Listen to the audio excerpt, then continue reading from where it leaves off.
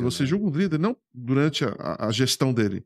Você julga um líder 5 anos depois que ele saiu. A inovação incremental vai acabar com o seu negócio. Exatamente.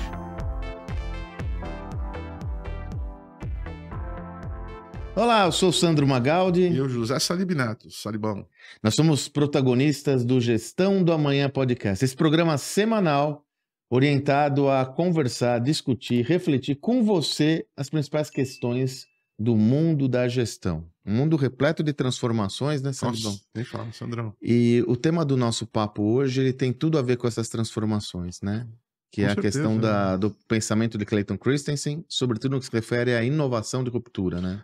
Sandrão, se tem um pai da inovação Sem de ruptura, dúvidas, sem que dúvidas. talvez é o tema que mais tem sido falado nos últimos 15 anos, Boa, Salibão. esse é o Clayton Christensen. Excelente. Impressionante a Excelente. contribuição dele para a gestão, né? E eu tive a honra de trabalhar com ele algumas vezes, né, Me Sandrão? recordo? Pô, Algumas vezes. tinha um relacionamento muito bom com ele, né? Muito bom, um cara muito especial, professor de Harvard, extremamente acessível, muito querido. Fui várias vezes no escritório dele, ele com seus 2 metros de Altão, altura, né? Eu lembro, ele é muito tem alto. 5 filhos, e são todos homens, né? Tudo acima de 2 metros. Você imagina o que é uma almoço de reunião família, familiar. né? É muito querido.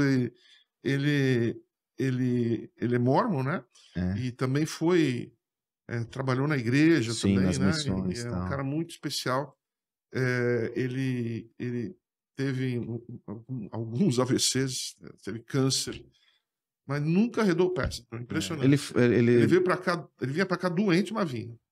Vinha com o médico, vinha com a mulher, vinha com injeção, e aí diabético ainda. Diabético. Eu lembro que Então, você falava da insulina, tudo, na injeção de insulina. Misturou né? tudo, juro por Deus, mas ele não tinha medo de nada, Sandrão. Impressionante. Podia ficar quietinho no canto dele, cara, e falando, eu vou fazer o que eu tenho que fazer. Vinha todo com dor e sempre com um sorriso Ele na cara. faleceu há pouco tempo atrás. Eu fiquei muito... Bom, eu me recordo, você ficou triste, muito sentido. Muito sentido. Cara, Acho que por que você deve assistir atentamente esse programa? O Salibão já matou. Talvez nunca tenha se falado tanto em inovação de ruptura.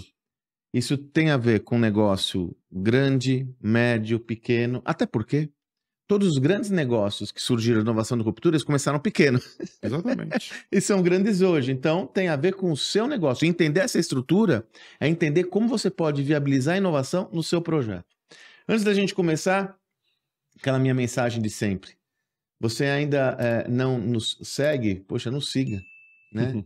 É a sua oportunidade. Não vai se arrepender. Não vai se arrepender. É a sua oportunidade de receber em primeira mão todos os conteúdos que nós estamos gerando, a notificação para esses conteúdos e mais do que isso. Quanto mais pessoas estiverem seguindo o canal, mais o algoritmo do YouTube, o algoritmo do Spotify vai entender que esse conteúdo é relevante e compartilhar esse conteúdo com mais e mais pessoas. Nós temos muito orgulho, nós fechamos o ano que se encerrou com milhões de views, coisa que nos traz muita felicidade. E começamos esse ano, né? Começamos esse ano, de novo, com o mesmo compromisso, de trazer conteúdo relevante para tudo. Salibão, vamos começar. Agora tem mais uma coisa a falar do Fala, querido. Sandrão. Isso. Você sabe que eu conheço bem Harvard, né? Harvard Business School, já estive lá, acho que por 30 anos, Sandrão. Foi 30 anos Todo seguidos. ano, né? Todo ano. 30 anos seguidos na Harvard Business School. Pelo menos né? uma vez. E contratei basicamente todos os professores relevantes de Harvard, né? Sim, Alguém perguntou se eu estudei em Harvard. Eu falei, olha, eu não estudei em Harvard, mas eu acho que eu mando aqui mais do que muita gente, né? De tanto que eu contratei os professores, né? E logicamente, o professor mais famoso, mais parrudo, né, foi o Michael Porter. Ele foi o primeiro professor popstar, né? Antes dele, nenhum professor ganhava mais, sei lá, 10, 15 mil dólares para dar uma palestra. Né? Sim. Ele levou esse número assim exponencialmente, né? Virou um popstar no mundo inteiro com as teorias dele. E logicamente ele também usou, né, para ele a sua influência, as suas teorias para ele, né? Ou seja, ele não gostava de concorrente. Ele dizimava os concorrentes, né? Só que a Harvard Business School deu um prédio para ele, um prédio de 4 andares separado de todo mundo, né? Tamanho e prestígio, Michael Porter Center for Competitive, aquelas coisas. E aí, toda vez que vinha alguém falar de estratégia lá, você não queria estar lá para discutir com o Porter, né? Com uma teoria. E alguns deles acabavam saindo. o Prahalad foi um deles. Né? Praticamente para conseguir fazer o que ele fez, ele teve que sair de lá porque não tinha ambiente. Não tinha ambiente. E o Clayton, acho que foi o único cara que sobreviveu ao prestígio do Porter, porque era tão grande. Que interessante. E ele começou, e ele realmente ele foi devagar, e ele deu muita sorte, porque o Innovator's Dilemma, né? Ele virou o livro de cabeceira do Steve Jobs e do presidente da Intel, o Andy Grove. Andy Grove, né? É. E apareceu uma vez, muito tempo atrás, Andy Grove com o seu guru, que foi o Christensen, entendeu? É. E na capa da Fortune, né? E aí, aí o cara foi pegando tração, e o Clayton, na verdade, ele fala de inovação de ruptura, mas ele invade o campo da estratégia. Ele invade o campo da inovação. Ele invade o campo da tecnologia. Sim. Ele invade o campo do cliente. Sim, e o campo do marketing também. What business are you in, né? Olha que coisa, né? Porque quando a gente fala... eu creio que a principal contribuição do Christensen é ter trazido o tema da inovação para o centro da discussão estratégica. Exatamente. Até então, inovação era muito circunscrita à área de pesquisa e desenvolvimento, às áreas de desenvolvimento de produto, inovação de produto e tal. Ele trouxe inovação, tanto que quando a gente pega o dilema da inovação, né, um dos conceitos muito interessantes que ele traz, né, é que a inovação não está circunscrita à inovação em produto. Ele, inclusive, evidencia um sistema que a gente tem falado há bastante tempo sobre ele, a inovação em modelo de negócios. Então, pela primeira vez, alguém traz o tema inovação de uma forma abrangente, democrática e reconhecida para o centro da conversa, para o centro da discussão. Mas eu acho importante a gente começar, Salibão, trazendo para quem está nos acompanhando o que é a inovação de ruptura, né? Qual que é essa definição? Claro, Sandrão, aqui vem a partir, né, dos slides que a gente criou para nossas palestras aí, principalmente do Nubank, né? É um setor que se define, começa com um setor com enorme vulnerabilidade à disrupção, né? Que no caso, o caso mais claro foi o setor de bancos, né? E como o Nubank conseguiu, através da teoria da disrupção, eu não sei se foi coincidência ou não no caso do Nubank. Não temos referência sobre isso. Mas se aplica. O caso do Airbnb, não tem a menor dúvida, né? O caso do iPhone. O caso do iPhone, totalmente ligado. Setor de vulnerabilidade é um elemento. Mas eu tenho certeza, porque é tão óbvio o que aconteceu, e acho que talvez só o Davi Vélez consiga responder, produto mais simples e mais barato, ingressa na faixa inferior do mercado, quase desapercebido, e o transforme completamente através da tecnologia. Lembra do cartão roxinho, Sandrão? Sem dúvidas. Cartão inocente, que todo mundo começou a usar, legal, vamos usar esse cartão roxinho. Olha no que se transformou, Sandrão. E Salibão, olha que legal a sua referência. E quando o Nubank realmente ele atende a muitos desses requisitos, porque ele entra num setor de muita vulnerabilidade dominado por poucos players que prestam um serviço muito aquém do que poderia ser prestado à base de clientes, né? O nível de serviço ele foi substituído pelo domínio da cadeia de valor, né? Nós tínhamos poucas opções de instituições financeiras, então gerou uma vulnerabilidade nesse setor graças a um atendimento parcial das demandas do cliente. Segundo, quando ele ingressa nesse segmento, ele ingressa no setor inferior, que ele começa com os jovens. Setor até então negligenciado pelos grandes bancos, só teve um movimento lá atrás com o Banco Real, depois o Santander não deu uma continuidade, agora está retomando isso, mas esse setor era negligenciado no mercado inferior e começa a entrar abaixo do radar. Tão abaixo que quando o Nubank começa a ingressar no mercado, ele foi totalmente negligenciado. Total. Não vai dar certo, isso daí é um mercado que não tem... Três jovens, esse cara não tem experiência nenhuma em banco. Não são banqueiros? Só a Cris Junqueira, que foi diretor de cartões do Banco Itaú. Do Itaú. Mais nada. Alguma experiência, né? Então, e veja, a partir dessa leitura, qual que é a ideia da inovação e ruptura? Eu crio uma nova solução nesse setor em vulnerabilidade, baseado no desenvolvimento de capacidades singulares para criar o quê? Uma experiência superior ao cliente. Exatamente. Né? E então, o setor de vulnerabilidade, no caso, é o setor bancário, né? Tarifas altas, vida fácil há muito tempo, tecnologia da porta para dentro, nunca da porta para fora, foco no cliente nenhum, exatamente. Ou talvez foco no cliente existente, né? Foco no cliente existente, né, Sandrão? E não no próxima fase do cliente que pode... É tão interessante você estar trazendo, porque no final do ano que se encerrou, quase no final, o Nubank anunciou o Nucel, que é o acesso, vocês devem ter acompanhado, o ingresso do Nubank no negócio de telefonia celular. Por trás dessa lógica, qual é o racional por trás dessa lógica? O Nubank já é um dos maiores geradores de crédito de pagamento para modelos de celular pré-pago. Então ele já tem esses dados. Ele olha isso e fala, poxa, tem uma camada importante de clientes meus que têm celular e já usam o meu serviço para pagar os seus celulares. Aí ele entende o mercado em vulnerabilidade. Se a gente for comparar o mercado financeiro quando o Nubank entra com o mercado de telefonia celular atual, ele guarda referências, né, Salibão? Mercado monopolizado, 3 ou 4 players, um atendimento às demandas do cliente bem parcial, né, uma oferta de valor muito razoável, e talvez a reflexão que tenha cabido puxa, se eu conseguir introduzir nesse segmento a mesma experiência na jornada, implementando a jornada do cliente que eu fiz no financeiro, eu posso ser um player relevante. E aí ele entra, nós não sabemos se vai dar certo ou não, enfim, é uma inovação. Que vai dar certo, né? Enfim, mas enfim, o que eu quero dizer é o seguinte, é uma obra em andamento, ele entra, mas tem um ponto fundamental, né, Salibão, que é assim, uma inovação de ruptura envolve muito mais riscos do que a inovação de sustentação. A inovação de sustentação ou inovação incremental, né, é aquela que é um incremento ao produto ou serviço já existente de modo a você levar ele a um nível superior. É óbvio, quando eu falo de inovação de ruptura, ela gera um risco muito maior do que a inovação incremental, porque a gente está trabalhando uma nova perspectiva, ou de modelo de negócio, ou de produto ou serviço. Então, o risco assumido aqui é maior, porém, a vantagem potencial também é maior, né? Ah, não, você hoje é o grande desafio de qualquer empresa é saber escalar o negócio, e o modelo do Christensen é infinitamente mais escalável do que qualquer modelo que eu já vi, né?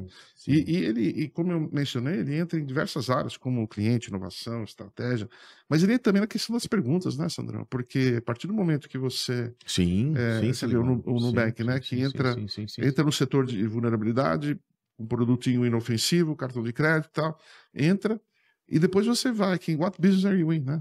Qual é o negócio do Nubank? Qual é o negócio do Nubank? Vai ser banco? Vai ser serviços? Então aumenta a sua possibilidade de movimentos, né, Sandrão? É por isso que eu fiquei encantado com essa teoria. E ele conseguiu, desde o Innovator's Dilemma, né? E que ele foi o primeiro cara a chamar atenção, né? Enquanto todo mundo estava focado no produto, né? Ele falou assim, a gente está focado a gente está fazendo a pergunta errada. A pergunta errada. Olha que coisa, né? Porque lembra que no nosso próximo livro sobre perguntas, né, a gente fala sobre a pergunta certa, mas como não fazer a pergunta errada. Foi o que matou a Kodak, né? Por que eu vou ter que investir nessa tecnologia digital se eu vendo... Metade das minhas vendas são os filmes tradicionais, né? Excelente exemplo. Quer dizer, a Kodak foi vitimada por uma inovação de ruptura. Exatamente. E olha que interessante. Primeiro com as câmeras digitais. Mas as câmeras digitais também foram disruptadas por uma inovação de ruptura, que foi as câmeras nos aparelhos celulares, nos smartphones. Sim. Note como, num contexto de rápidas transformações como o atual, como muitos segmentos estão sendo transformados, retransformados, reconfigurados com muita rapidez, graças a novas soluções que são uma ruptura em relação à solução até então vigente. Nós falamos... E o outro exemplo que a gente pode dar, que é muito citado quando se fala de inovação de ruptura, é o Airbnb. Sim. O Airbnb, quando ele ingressa no mercado, justamente ele atende esses pressupostos. Ele enxerga uma assimetria, ou seja, um mercado de hospedagem dominado por grandes players. Os grandes hotéis, né? Grandes hotéis. Por outro lado, eu tenho proprietários de imóveis que têm o interesse de disponibilizar os seus imóveis para locações de curta duração. E eu tenho um público consumidor que gostaria não só de se hospedar em hotéis, mas também ter o ponto de vista do nativo, né? Ter a oportunidade de ficar em propriedades que não sejam institucionalizadas como os hotéis. E às vezes muito mais barata, né? Então, muito mais... Perfeito, Salibão. Aí ele entra onde? Aquilo que você falou, é um mercado que já apresenta vulnerabilidade, porque eu tenho assimetria. Ele mapeia um nível inferior desse mercado até então desatendido, que é o mercado de locação de imóveis de proprietários, que tinha uma assimetria muito grande para colocar ele em locação, né? Você tinha que fazer anúncio em jornal, anúncio na internet e tal. E ele diminui essa assimetria com produto, com serviço, com uma jornada, que tem um custo de acesso mais baixo, mas pegando um mercado até então não mapeado, que é o mercado de novo, de locação de propriedades de indivíduos para curta duração. Passa embaixo do radar. Agora, quando você vê o Airbnb, atualmente, olhando a representatividade, ele compete com tudo quanto é hotel, locação de longa permanência. Sabe que a coisa mais bonita da teoria da disrupção, Sandrão, é que ela é inclusiva, né? Impressionante, né? Ela traz um público muito maior. Ela empodera o cliente, Ele né? empodera o cliente, né? Por isso que ela tem a ver com o Jobs to be done, né? Você vê que a linha aqui o propósito transformador massivo do Nubank é lutar contra a complexidade para empoderar as pessoas. Essa linha vai em qualquer área, né, Sim. Sandrão? Qualquer área. A relação que a gente pode fazer é, na medida em que a inovação ela é centrada no cliente, né? Qual que é o trabalho que o cliente deseja ser realizado, Jobs to be done, eu olho isso e entrego uma solução centrada na demanda do cliente, a tendência é que eu empodere o cliente gerando uma perspectiva, uma possibilidade, uma oferta, uma alternativa superior à que ele tem. E aí eu vou contribuir para o aumento do nível de concorrência no segmento que eu atuo. Né? Se você outro segmento que a gente usa também muito como referência, o Uber, né? Uhum. Os aplicativos de transporte e mobilidade, o Uber foi o pioneiro. Quer dizer, ele também entra num nicho de mercado dominado pelos táxis, né? Pelos táxis. E ele, ao oferecer uma solução mais valiosa, mais centrada no cliente, com rastreamento do motorista, Qualidade. Rating do motorista, né? Você dá nota pro motorista, valor que hoje nem é mais baixo, né? Diga-se de passagem, hoje o valor do Uber não é mais baixo que o táxi, mas veja, ele oferece uma qualidade de serviço maior e empodera o cliente, que acaba tendo mais opções. Obrigado a pegar um táxi, né, Sandrão? É. Sandrão, você já pegou o táxi às 5 da tarde chovendo no Engabaú? Isso é ali bom, na Paulista. No Engabaú, eu lembro que eu tava completamente molhado. E não passa, né? Às vezes eu passo o cara, lembra que o cara passava assim, eu olhava e tá na hora do rango, tchau. Se ferre aí. E você não tinha opções. Pois é. Né? Você melhorou um pouco as cooperativas, que dá para você ligar, mesmo assim a simetria. Olha, a tese central que o Salibão trouxe e lembrou a gente é fundamental. Um mercado que apresenta vulnerabilidades, que você pode enxergar como assimetrias. Como você enxerga isso no seu negócio? Olhando o seu cliente e entendendo quais são as demandas que ele não consegue atender atualmente de forma superior. Simples assim, né, Salibão? Aí você vai entender qual é esse mercado, como você pode oferecer uma solução que seja superior a partir das demandas do cliente, olhando suas capacidades centrais e, sobretudo, o Christensen colocou, olha, lá atrás, né, Salibão? Usando a tecnologia. Ele usou isso? A tecnologia veio para dar vida. Mas é incrível como ele trouxe essa visão, né, Salibão? Há muito tempo, né, cara? Ele sobreviveu a várias coisas, né? Primeiro ao Porter na Harvard Business School e depois a própria visão de inovação no mercado. É importantíssima a contribuição dele. Importantíssima, Sandrão. Importantíssima, Salibão. É central, viu? É central, né? E agora, Sandra, por que as grandes empresas não fazem isso? Se elas têm recursos, se elas têm pessoas, se elas têm tudo. E aparece essa inovação de jovens que, de repente, nem têm experiência nenhuma. Olha que a teoria é tão inclusiva que ela dá chance de empreendedores entrarem sem experiência no negócio. Olha que fantástico. Olha que para você aumentar a economia, para você crescer a economia, Sandrão. E olha a oportunidade que quem está nos acompanhando aí, Salibão, não é um negócio para multinacionais, até porque todas essas empresas, como eu já disse, foram empresas pequenas. Mas o que você está trazendo é o que ele chama do dilema o dilema do inovador. Sim. O dilema do inovador é justamente esse. As organizações tradicionais acabaram se especializando em inovações incrementais, porque a percepção de risco de uma inovação de ruptura é muito grande.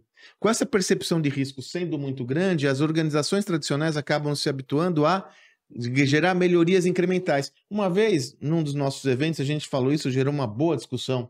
A inovação, essa eu vou falar para cá, a inovação incremental vai acabar com o seu negócio.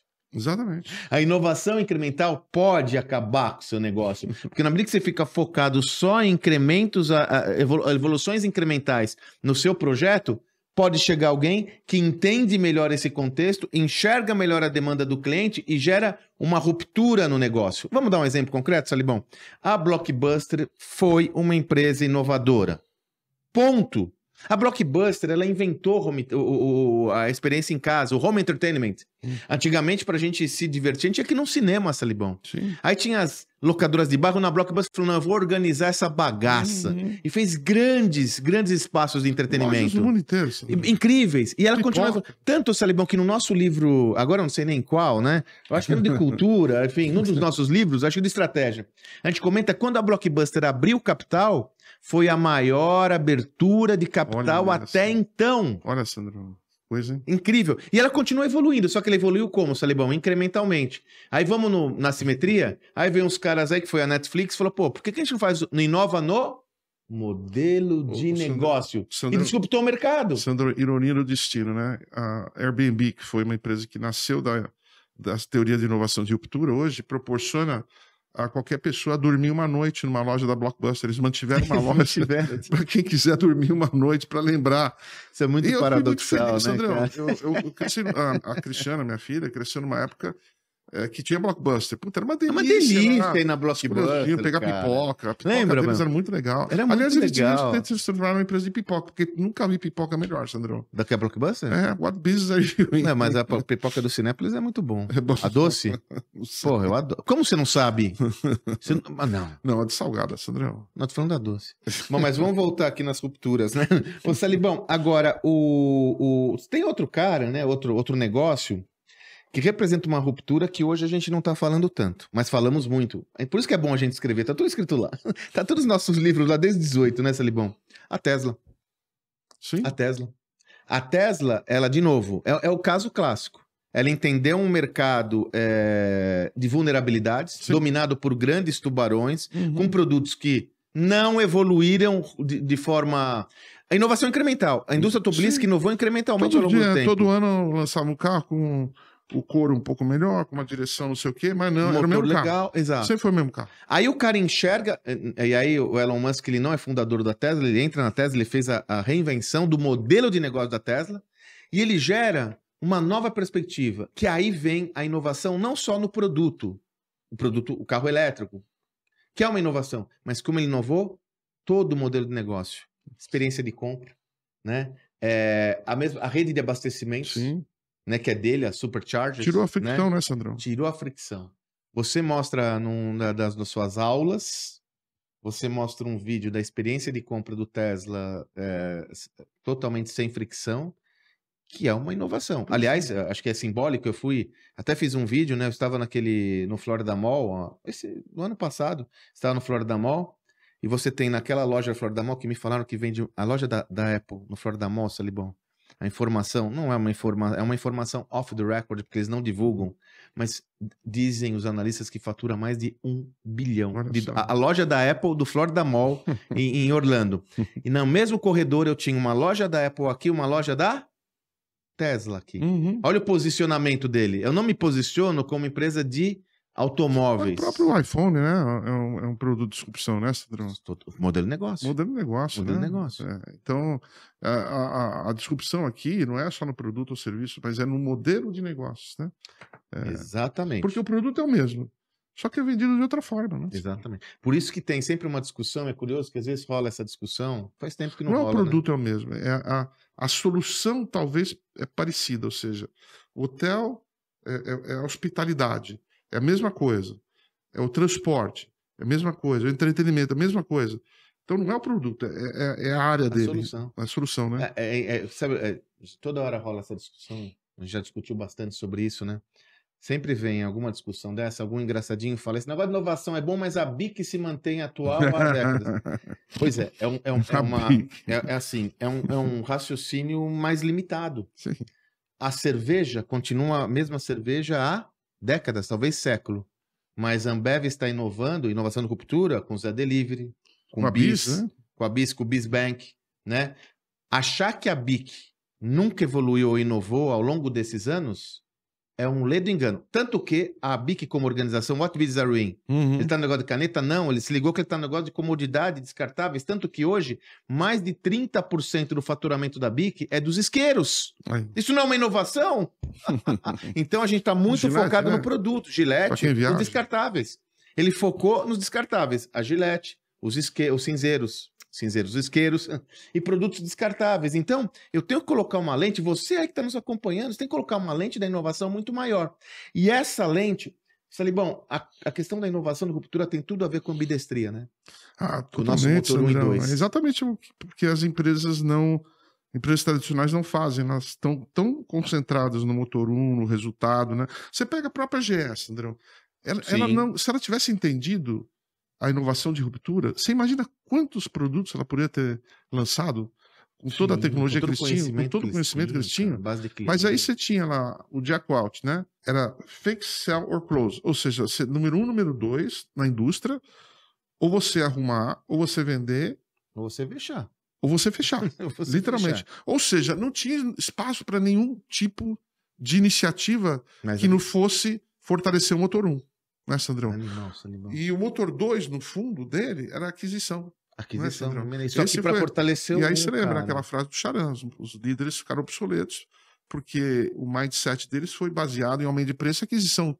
E nunca em criar novos modelos de negócios, né, Sandrão? Exatamente. E novas Excelente. Cara, olha como junta as coisas, né, Sandrão? E o que acontece aí é por isso que, ó, esse é outro dado importante. Inovação de ruptura tem uma profunda relação com o pensamento de longo prazo. Sim. Como você vai criar uma inovação de ruptura almejando resultados de curto prazo? Não é possível. Não é possível. Mas nós temos uma sorte brutal de encontrar algo que realmente seja excepcional. Mas todos esses negócios que a gente estuda, que nós estudamos, levaram anos de maturação e envolveram um risco inerente a esse crescimento brutal. E aí, muitos não dão certo, né? Voltamos a frisar um tema que a gente já falou aqui nos podcasts. Eu adoro aquela frase do Jeff Bezos. A Amazon é a empresa que mais fracassa no mundo. Mas também é a que mais acerta. Porque aquele slide que você tem dos fracassos da Amazon, né? Sandrão, são números. O Google tem, inclusive... Sandrão, se para cada 50 fracassos nascer uma Alexa... Um AWS? Quando nas nossas palestras, a gente pergunta quantas pessoas aqui tem Alexa. Todo mundo levanta a mão. Todo mundo levanta a mão. Não dá para ver sem um Alexa hoje. E você trouxe essa formação já aqui. O Alexia, ele foi derivado... Uma funcionalidade fundamental do Alexia foi derivada de um dos maiores fracassos da Amazon, que levou mais de 180 milhões de dólares de prejuízo. O Fire. Telefone de baixo custo da Amazon. E o que funcionou deu errado, mas só que o sistema operacional do Fire foi para Alexa. Então nenhum fracasso é fracasso, Sandrão. A gente sempre vai ter algum aprendizado, alguma coisa que serve para alguma coisa. Desde que você esteja preparado para isso. E aí, então, surge o conceito do motor 1 e motor 2, que a gente já falou isso lá no Gestão da Manhã. O nosso livro. E trouxemos aí o nosso livro, que já é um best-seller, que ajuda as empresas, ajuda qualquer empresa a construir seu motor 2 de crescimento, né, Sandrão? Não há dúvidas. Ajuda qualquer empresa a entrar no business de inovação. Tem um framework, 8 passos. 8 passos. Exatamente, ajuda você a entrar. Então ajuda você que tem uma empresa grande, uma cooperativa grande, a entrar nesse jogo com pouco investimento, né, Sandrão? Pouco investimento. Né? Até porque... Qual que é uma das essências da inovação de ruptura e do motor 2? Testar em pequena escala. Antes de desenvolver um novo projeto, uma funcionalidade, alguma coisa de ruptura, é necessário entender a jornada de desenvolvimento do projeto e ter a clara dimensão que o fim é a ruptura total. Mas quais são as teses que você vai ter que validar ao longo do processo que vão ser indicativos que você está no caminho certo. Isso ajuda você a mitigar o investimento, ou seja, não imobilizar todo o capital para desenvolver a proposta acabada, economizar tempo e ter mais assertividade na caminhada. Testar pequeno e rápido faz parte do processo. E uma orientação que a gente aprendeu e no livro a gente comenta, muitas rupturas de organizações importantes aconteceram testando essa inovação primeiro com o público interno. Eu lembrei de uma agora. O Gmail do Google. O Gmail do Google representou uma inovação de ruptura no momento que esse mercado era dominado pelo Hotmail, era o Hotmail, né? E o Google cria um novo modelo, uma inovação no modelo de negócio que ele oferece gratuitamente e um modelo de indicação, né? O Gmail foi o primeiro a mostrar aquela informação embaixo, você não tem um Gmail, convide para alguém aderir gratuitamente, ele inovou no modelo de negócio porque ele ganha dinheiro com publicidade. O Gmail, a gente comenta no livro, né, Salibão? Ele ficou 2 anos, 2 ou mais anos, só sendo testado internamente. Até que a funcionalidade estava pronta, preparada, Aí ele fala, agora eu validei a tese. Vamos validar o modelo de negócio? Deu certo o modelo de negócio? Acelera. É aquela história que a gente sempre comenta, né? As empresas tradicionais são muito boas em executar negócios existentes. Não tão boas em inovações de ruptura. Então, qual que é a tese? É o jet ski do iFood. Eu testo e valido com um grupo pequeno. Deu certo? Eu coloco na minha máquina de ganhar escala e tração, que é o negócio central. Aonde a gente erra às vezes? Pensando uma inovação de ruptura e querendo colocar ela na mesma estrutura do negócio central. A resistência interna vai coibir a evolução da inovação. Não tem jeito. São dois contextos distintos. É ambidestria, né? Celebão motor 1 e 2. Não tem a menor dúvida, né, Sandrone? A gente fala isso no nosso livro, dá os frameworks, né? Mostra exemplos, Sim. né? Só não vai fazer um motor 2 que não quer, né, Sandrão? Não, então, e esse é um ponto. Hoje você tem... fazer motor 2 é contratar 100 pessoas, É isso aí. alugar um lugar. Cara, É isso aí. eu na HSM eu era empresa pequena, né? Sim. Quando eu comecei, eu era 80% do ano motor 1 e 20% do motor 2. Salibão, e você criou alguns motores 2 da Vários. HSM, que era assim, adjacências... Sim. Talvez Adjacências que viraram produtos principais Isso que eu ia depois, falar. né? Isso Essas que eu ia falar. adjacências que você cria, pode ser o produto principal. Vamos dar um exemplo da Você HSM? pega a HSM Expo Isso Manager, que eu ia né? falar. Caraca, Né? eu ia falar isso. Vamos pegar, veja, deixa eu só dar o contexto, que fica melhor para todo mundo entender, aí eu falo com imparcialidade. Apesar de ser há 10 anos com você, né? O que foi a HSM Expo Manager? Hoje é muito trivial, mas foi a primeira vez no mundo da gestão que a HSM entendeu que o negócio dela estava para eventos de gestão como o Rock in Rio estava para o entretenimento. Uhum. E que tal, ao invés no passado eram eventos de um dia, com 1, 2 pensadores, 1 dia, 2 dias. Que tal colocar no palco 10 pensadores da gestão, os principais, durante 3 dias, junto desse auditório ter uma exposição de gestão e fazer isso o Rock in Rio da gestão. Isso pode parecer trivial, mas foi uma ruptura. Você sabe que a turma do Rock in Rio chama que eles são Expo Management? Sim. Da música. Da música. Eles falam o contrário, né? Veja, isso foi uma ruptura, foi uma inovação de ruptura, Salibão, porque até então não havia esse modelo de negócio. E mais, um ticket alto. Alto. Não tem como. Aqui no Brasil, o preço mais alto de um ticket para um evento de 3 dias que existe. Salibão, até hoje. Na época eram 5 mil dólares. Sim. Na época eram 5 mil dólares. Nós estamos falando, o dólar está variando muito, nós estamos falando algo de 30 mil reais para um evento. Com certeza. Sabe quanto eles colocavam no auditório? Depois eu participei, no segundo eu já estava lá. 4 mil e poucas pessoas. Não tinha lugar. Eu lembro que no primeiro ano, a HSM inaugurou o pavilhão do Transamérica no Brasil, que não tinha lugar. Tinha que montar o auditório inteiro, porque não havia referência desse tipo. Esse era o motor 2, porque podia dar errado, Salibão. Só que você não parou de fazer o quê? Os seminários de um dia, os fóruns e tal. Agora, quando isso deu certo, virou o quê? O motor 1. Exatamente. E vocês não tinham investimento, né? Vocês fizeram isso capitaneados por uma boa ideia e foi buscar grana no mercado. Ou seja, patrocínios, vender ticket. É um exemplo clássico. Isso aí. Inclusive, tem a ver com outro tema. Não tem a ver só com tecnologia. Sim. A tecnologia suporta. Exatamente. Tanto que a teoria do Christensen, a palavra tecnologia não aparece de cara. Não é pressuposto. Aparece lá no finalzinho, né? Você transforma o mercado através da tecnologia depois, né? E agora é interessante a gente pensar esse seu projeto de Expo Manager como motor 2, né? Porque vocês também validaram antes em outro país. Sim, na Argentina. Olha que interessante, né, cara? E aí depois de validar na Argentina, você trouxe pro Brasil. O custo lá é muito mais baixo, né? Risco menor. Risco menor, né? Mas foi gozado, porque o nosso primeiro evento lá, nós tínhamos 30 mil pessoas, né? Parou em Buenos Aires. Ninguém entendeu nada. De repente, 30 mil executivos e executivas no meio da cidade, assim, no mesmo lugar, né? É a mesma coisa que nós fizemos. Esse evento acabou indo para Nova York, né? O World Business Forum, né? Na Madison, na Radio City Music Hall, que era um local... É um local icônico, lendário, né? Um local icônico nos Estados Unidos, onde shows bem americanos aparecem. E a gente queria fazer algo especial, né? Então, o Motor 2, ele é muito legal. Ele dá muitas possibilidades. Salibão, esse caso é bom. Não só Nova York. Não, no mundo inteiro. Madrid, México. Hoje, meus pupilos todos, eles estão fazendo na Austrália, em Hong Kong, na Colômbia, no México, Nova York. O negócio continua, Sandrão. Eu me considero assim um líder razoavelmente visionário, né? Ah, não, muito Porque eu digo assim, visionário, você não. julga um líder Não. por... Muito visionário. Você julga um líder não durante a gestão dele. Você julga um líder 5 anos depois que ele saiu. Senão, tudo que eu fiz, depois de 5 anos, continua firme e forte. Continua HSM firme e forte. e a Sólido. operação fora do Brasil com outro nome. Né? Porque os nomes HSM era mais forte aqui no Brasil. Lá virou o WOB, né? WOB, World of Business Ideas. Né? Mas, enfim, essa teoria do... Não, a gente só quer mostrar o seguinte.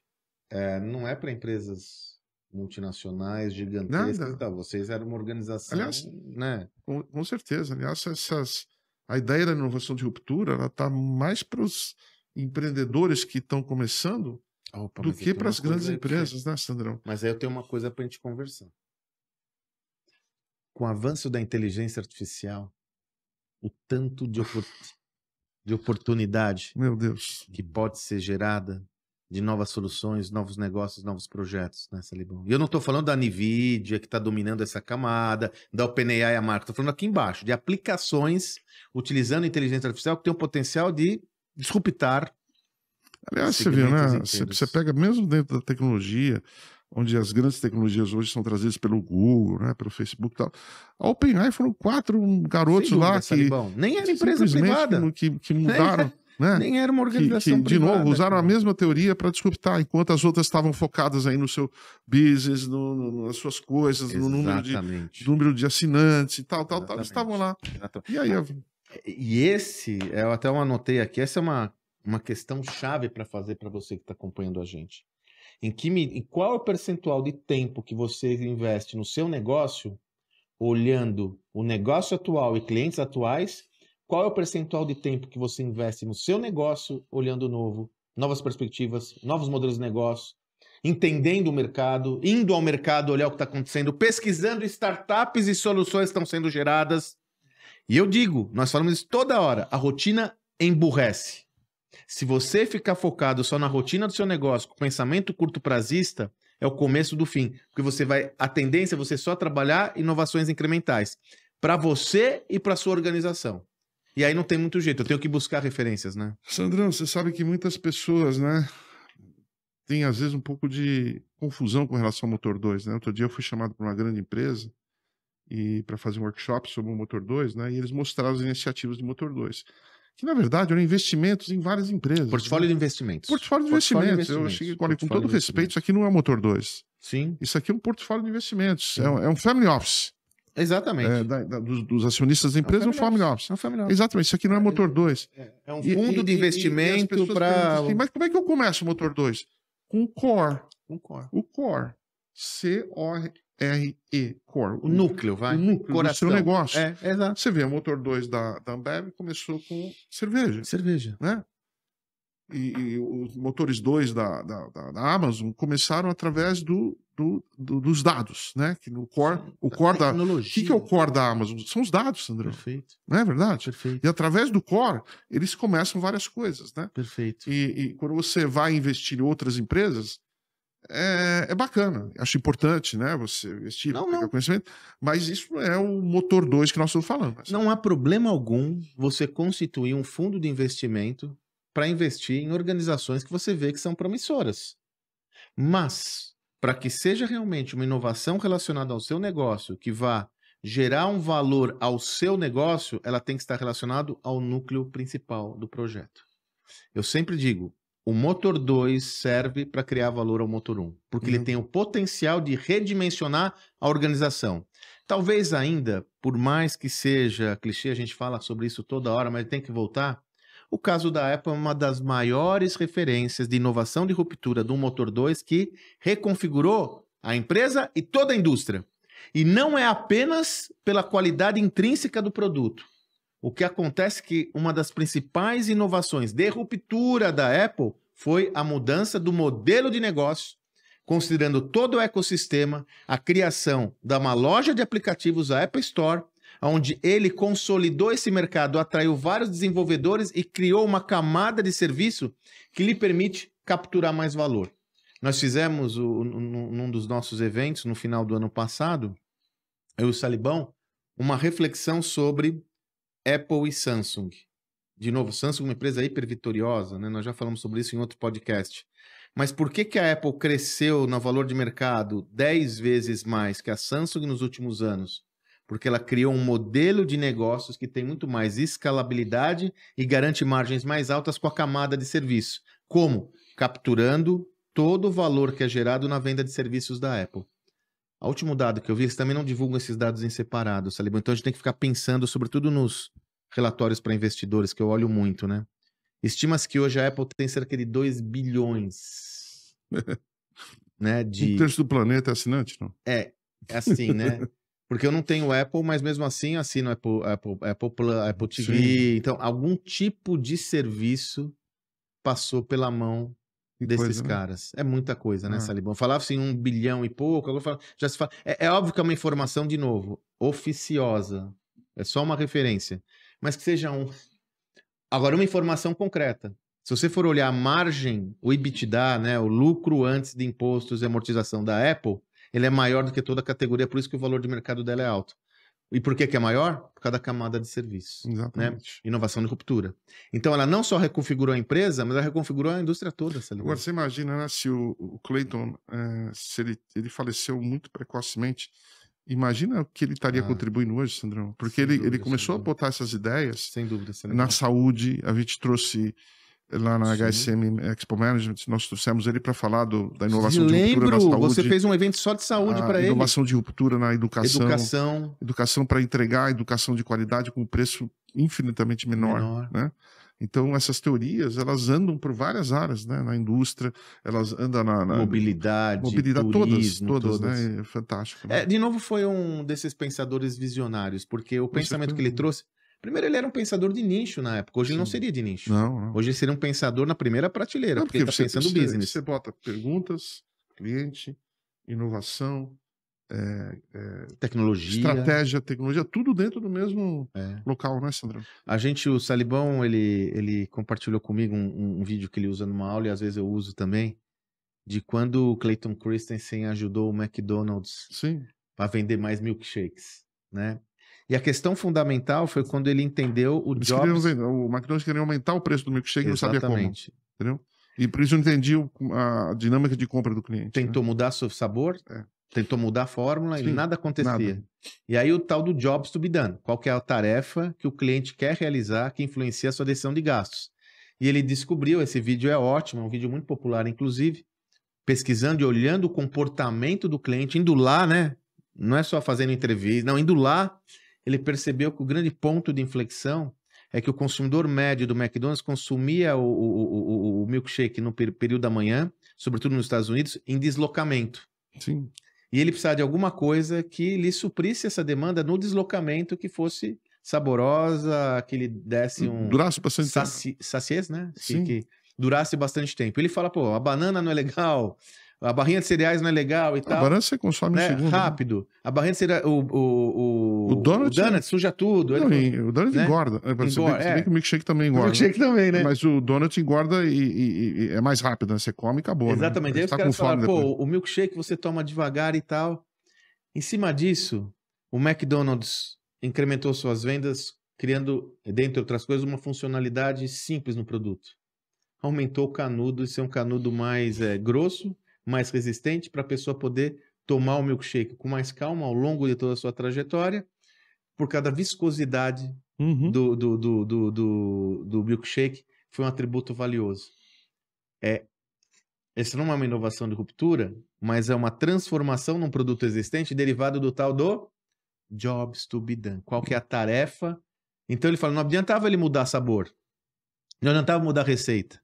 Porque, na realidade, o que o cara queria era ter um produto que ele pudesse saborear ao longo da sua jornada para o trabalho. Exatamente. E aí isso é verdade. Tanto que você olha, os canudos do milkshake mudaram há um bom tempo e, graças a isso, o negócio vai de vento em popa, né? Nós fizemos um episódio específico sobre o Job to be done, né? O Jobs to be done, né? Mas é importante... Tá aí na playlist, não deixa de que vocês anotem que a teoria de ruptura e o Jobs to be done, elas andam lado a lado, né? Porque, no final do dia... A teoria do Jobs to be done traz aquela coisa, o que o próprio Theodore Levitt fala, né? As pessoas não querem uma broca de 5 milímetros, elas querem um buraco de 5 milímetros, né? Isso vem lá desde o Peter Drucker, né? Recordando para quem viu o episódio, quando o Peter Drucker fala em 1964 que a razão que o cliente compra um produto é diferente da razão que a empresa vende, né? que foi o que motivou o Clayton Christensen a explorar mais a fundo, a desenvolver mais a fundo a teoria do Jobs to be done.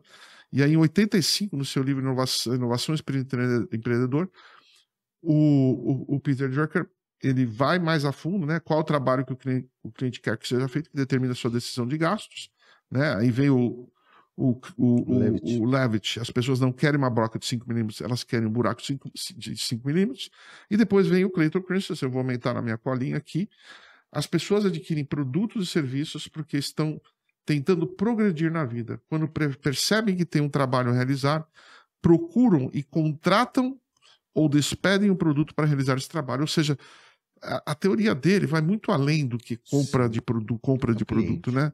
Compra do produto. Ele fala assim que a pessoa quer comprar um produto, quer contratar um produto para progredir em algum momento da vida, entendeu? E aí essa teoria sofistica, né? E as pessoas, as empresas que têm entendido, né, como fazer esse merge dessas duas teorias que se juntaram, tem tido um crescimento explosivo, né? A própria Apple, né? Que estava num buraco praticamente quebrada. Sim. Entendeu essa dinâmica, entendeu a tecnologia, cria o iPod, né? Porque até então, o começo de tudo foi até então você tinha que comprar um CD inteiro para ouvir uma música e o iPod te propicia você ouvir a música que você quiser. E o mais incrível, né? Que veio a Spotify, entendeu essa nova dinâmica. Mas aí você tem mais detalhes aí. Que legal, Salibão. Né? Agora, de novo, né? Bacana algumas coisas se juntam. Porra, é fenomenal. Conhecimento é fenomenal. Agora, olha que interessante, Sandrão, né? quanto vale essa consultoria aqui? Só de estar com você aqui. Graças para vocês aí, pessoal. Ô, Salibão, agora conta para seus amigos. Conta para todo mundo. Agora, olha que interessante, né? Muitos acham que a teoria do Jobs to be done era de Clayton Christensen. Sim, exatamente. Não, ele evoluiu. Porque ele popularizou. Ele evoluiu. Agora, de novo, a teoria do Jobs to be done, mais uma vez, é o Drucker. Por que o Drucker não se aprofundou? Porque não tinha tecnologia para levantar. Não, a tecnologia habilitou tudo isso. Exatamente, né? Mas ele já via lá na frente, né? Aí eu vou dar uma... 1964 foi criada. Agora, ó, tem um especial, tem um podcast nosso só sobre o Drucker, você tem que ouvir, cara. É muito bom, modéstia à parte, é muito bom, porque o Salib interagiu com o Drucker, foi um dos poucos brasileiros a interagir com o Drucker. Aliás, vou pegar carona agora aqui. Você quer ter uma aula só sobre desvendando o pensamento de Peter Drucker com um dos poucos caras, só você e o Osiris Silva, que interagiu com o Drucker, e como transformar tudo isso em conhecimento para os dias atuais? Então tem uma boa notícia para você. Essa aula faz parte, é uma aula bônus da nossa imersão e mentoria Gestão do Amanhã na Prática. O que acontece? A primeira edição do ano, tem que preparar o ano já com tudo. Essa mentoria acontece dias 17 e 18 de fevereiro. 2 dias inteiros em São Paulo. A gente faz no Learning Village, na Vila Madalena, em São Paulo. Nesses 2 dias, eu e o Salibão trabalhamos Masterclass, aulas em profundidade sobre ambiente, inovação, cultura, liderança, estratégia. Vamos fundo, né, Salibão? Vamos discutir Jobs to be done. Vamos discutir inovação e ruptura. Vamos discutir motor 1 e 2. Vamos discutir como a cultura. Tudo isso de uma forma muito prática. Muito prática. E para ajudar-nos na prática, nós temos convidados especiais que vão estar com a gente, né? Então nós vamos ter o Márcio, fundador da Pet Love, né? Que transformou uma indústria. A Pet Love, Salibão, ela transformou não um setor. Ele começou com uma clínica veterinária sem grana e transformou uma indústria inteira. Hoje a Pet Love fatura mais de R$1 bilhão. Ele vai estar lá com a gente. Mora o ecossistema, né? Da indústria. Como ecossistema, não tem dúvidas. Não tem dúvidas. Como ecossistema, como plataforma. Vamos ter o Fernando Modé, né? O Modé, CEO do Boticário, que se transformou uma indústria, esse daqui está transformando uma organização. Hoje o Boticário fatura mais do que R$30 bilhões. Que tal conhecer? Não tem capital aberto. Não tem capital aberto. Capital privado. Que tal conhecer essa história? Na voz do CEO. Cara, incrível.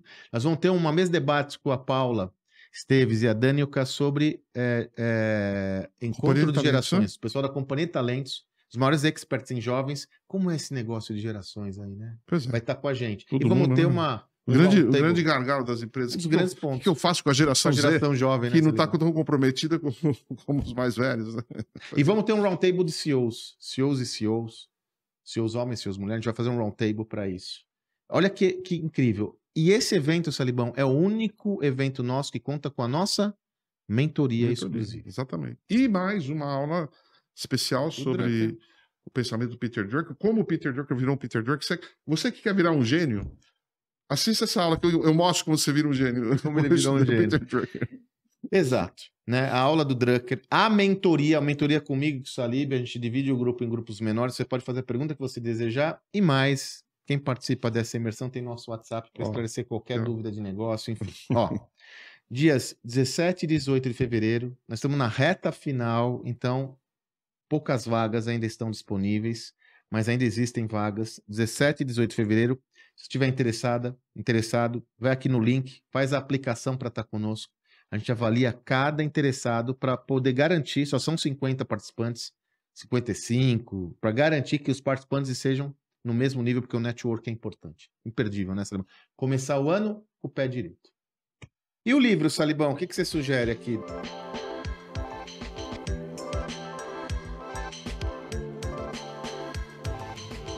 Eu sugiro 2. O livro O Dilema da Inovação. Dilema da Inovação. Que é um dos clássicos. Não tem, é imperdível. Você quer ter um álbum do Frank Sinatra em casa? É o livro. Não é imperdível. É o livro Dilema da Inovação. E mais para o mundo mais atual, Estratégia do Motor 2. Né? Não há dúvidas. Porque aqui a gente explora a ambidestria, explora o Motor 2, explora o how-to. Um, você vai conhecer as estruturas da inovação de ruptura. No outro, vai conhecer como fazer a inovação. Acho que essa duplinha é fantástica. É fantástica. Aliás, eu gosto de recomendar mais do que um livro, que às vezes, para o tema que a gente está falando, cabe mais coisas. Não há dúvida, Salibão. A mensagem principal para você aqui que a gente quer dar, essa coisa de inovação de ruptura não é uma tese acadêmica. Ela é um imperativo do mundo dos negócios atuais que veio para ficar. Bom, né? Delícia esse conteúdo. Nós poderíamos ficar aqui horas falando só sobre isso. O que a gente mais gosta de fazer, né, Sandrão? Aliás, o que a gente mais gosta de fazer hoje a gente está fazendo com você.